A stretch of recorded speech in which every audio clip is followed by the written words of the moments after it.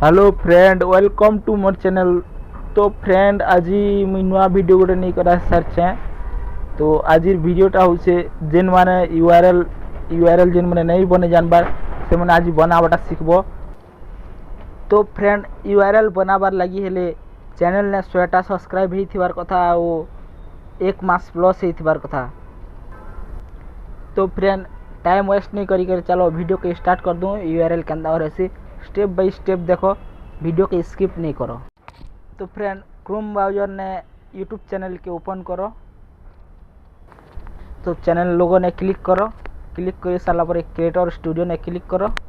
फिर ये देखी गला लोडिंग होछे काना नेट टिके स्लो अच्छे कैसे। हाँ, लोडिंग हो सारा पर तुम लेफ्ट साइड आड़े टिके साइड आड़े ऊपर उठा हो। ऊपर उठे सारा पर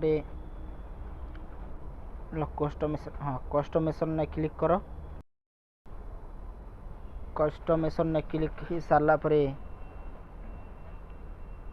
बेसिक्स इन्फो के चली जाओ।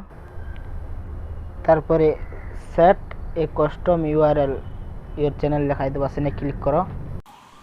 तो फ्रेंड, कस्टम यूआरएल हो गला देखि पारुथिबो।